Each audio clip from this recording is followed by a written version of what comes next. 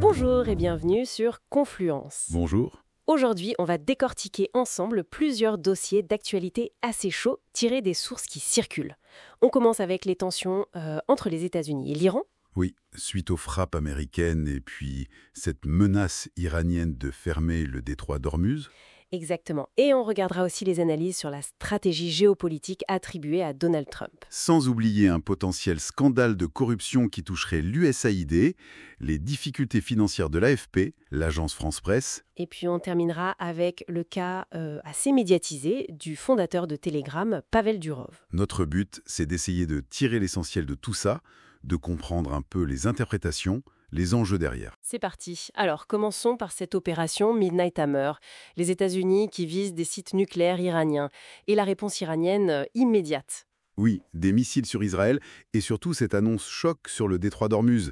C'est un point de passage crucial pour le pétrole mondial. Tout à fait. Une fermeture, si elle était réelle, ça pourrait faire exploser le prix du baril. On parle de plus de 130 $. Ah oui, quand même. Mais ce qui est intéressant dans les sources qu'on a vues, c'est que beaucoup d'analystes, comme Michael Walterson ou Tomakis, sont très sceptiques. Sceptique sur quoi exactement? Sur l'efficacité réelle de ces frappes. Ils parlent d'un possible show à l'américaine, un peu comme un coup de bluff stratégique, quoi. D'accord. Les arguments sont plutôt techniques.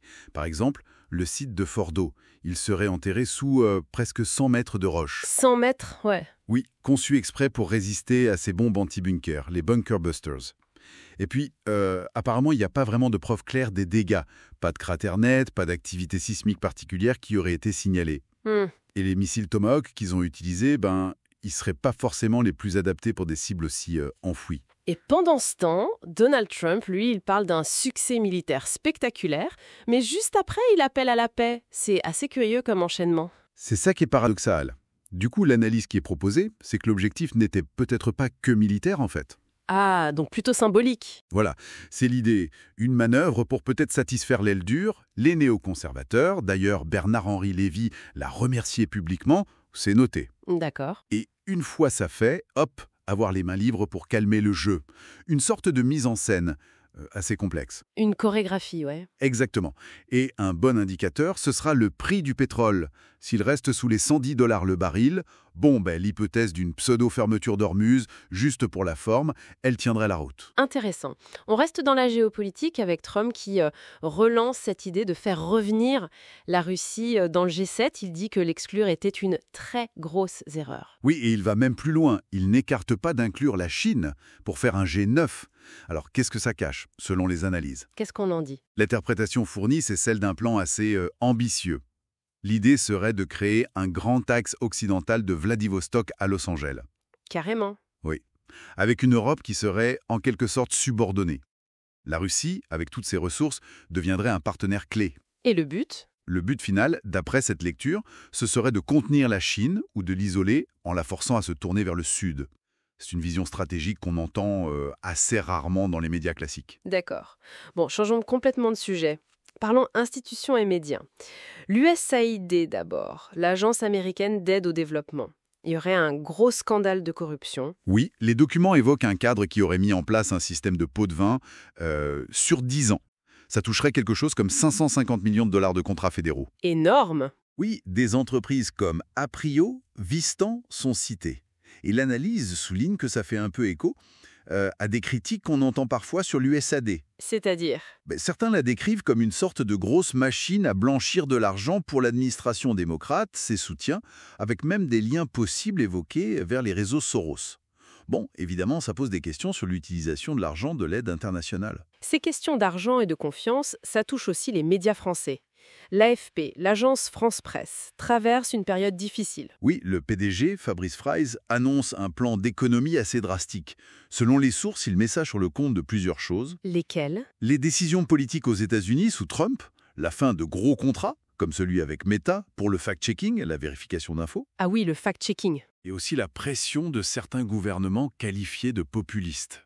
Et puis, il admet que l'État français peut plus trop aider parce que, je cite, « les finances publiques sont à sec ». D'accord. Par contre, ce qui est notable, c'est qu'il semble écarter toute remise en cause de la qualité du travail journalistique de l'AFP comme étant une cause de ces problèmes. Mais il y a une autre analyse dans les sources. Oui, une analyse complémentaire suggère que les difficultés de l'AFP pourraient aussi venir d'une perte de crédibilité, suite à la diffusion par le passé d'infos qui se sont révélées fausses, et puis aussi d'une grosse dépendance à l'argent public, français et américain. Compris. On termine avec Pavel Durov, le fondateur de Telegram. Arrêté en France en 2024, son contrôle judiciaire a été allégé récemment. Il a donné une interview assez forte à l'Obs. Oui, il se décrit comme un otage.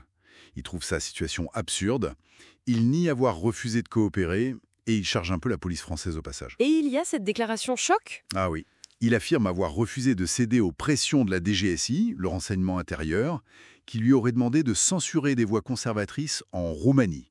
Et il dit quoi? Il dit « Je préfère mourir plutôt que d'agir contre mes valeurs ». C'est fort.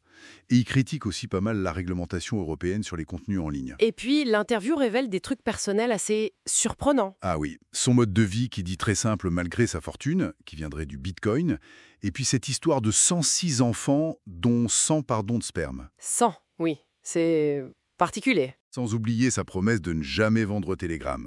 Mais au-delà de ça, l'analyse de fond qui est proposée dans les sources, c'est que c'est une affaire très politique. Politique. Comment ça? Durov, c'est un opposant à Poutine. Il a eu la nationalité française. Et il se fait arrêter en France alors que la Russie, elle, ne l'avait pas fait. Donc l'hypothèse, c'est que le but, c'était peut-être d'avoir accès aux données de Telegram.